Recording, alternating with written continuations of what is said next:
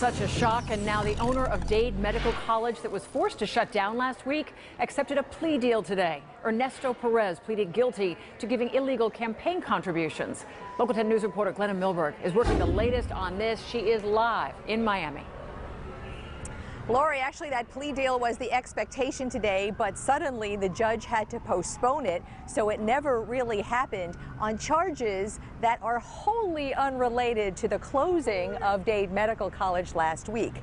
So because it didn't work, Ernesto Perez was taken into custody. He is in jail right now, and his mugshot, his latest mugshot, just posted and is now public, and you're looking at that now. Now, even though the charges are unrelated to the closing of his schools, there are some, including Perez himself, who can draw a sort of connection. He did not expect to be in handcuffs or custody. Ernesto Perez came to finalize a plea deal to admit illegal campaign contributions and obstructing that investigation, and end allegations that he lied to a state education commission about an old criminal record. Judge has reset it because he has some hesitation as to what his plea offer was.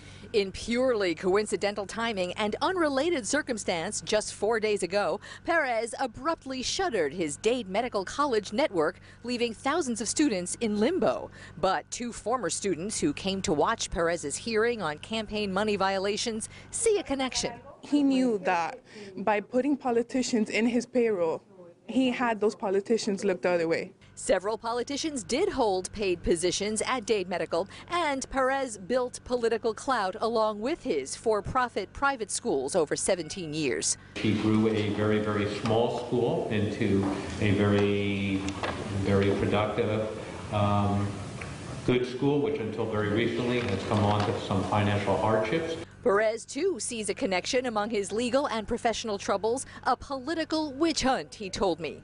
About 3 years ago, he said, some powerful folks in our community decided Dade Medical College's presence was not in the best interest of the status quo of academia in our community. They set out to hurt our institution, which employs 400 people and 2,000 students, he said. They succeeded. The campaign contribution violations involve some contributions in the Homestead mayor's race a few years ago, wholly unrelated. So the plea deal involving that is back here in 2 weeks. It's expected that he will take this plea, which he'll plead guilty, and there will be a 6-year sentence that will be mitigated to a few months or a few days in jail and probation and house arrest for the rest. So we'll see what happens in 2 weeks. And as for the students of Dade Medical College, everything for them is still in limbo, just as it's been for 4 days. I'm Glenna Milberg reporting live in Miami tonight, Local 10 News.